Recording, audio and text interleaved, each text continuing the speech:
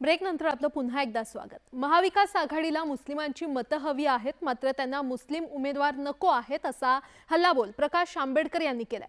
महाविकास आघाडीने राज्यात एकही मुस्लिम उमेदवार का दिला नाही असा थेट सवाल आंबेडकरांनी उपस्थित केलेला आहे।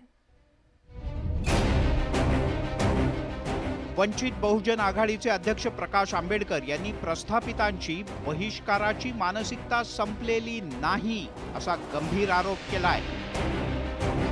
वंचित बहुजन आघाडीने लोकसभेसाठी 3 मुस्लिमांना उमेदवारी दिली, मात्र महाविकास आघाडीने राज्यात एकही मुस्लिम उमेदवार दिलेला नाही या मुद्द्याकडे प्रकाश आंबेडकर यांनी लक्ष वेधलं।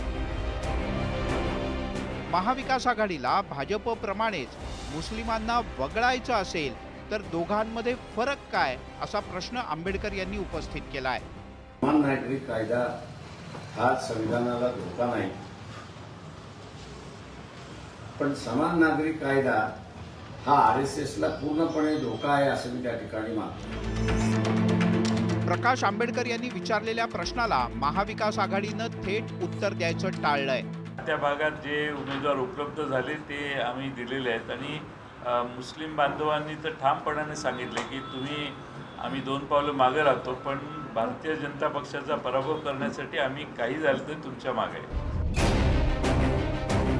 महाविकास आघाडीनं समाजातल्या सर्व घटकांना सोबत घेऊन वाटचाल करत असल्याचं वक्तव्य वारंवार केलंय, मात्र तिकीट वाटपात महाविकास आघाडीनं सर्व घटकांना सोबत घेतल्याचं दिसून येतंय का हा प्रश्न आहे आणि त्यामुळेच आघाडीच्या नेत्यांना या मुद्द्यावरून आता प्रश्न विचारले जाऊ लागलेत।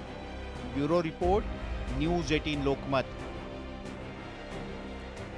हे सगळे महत्त्वाचे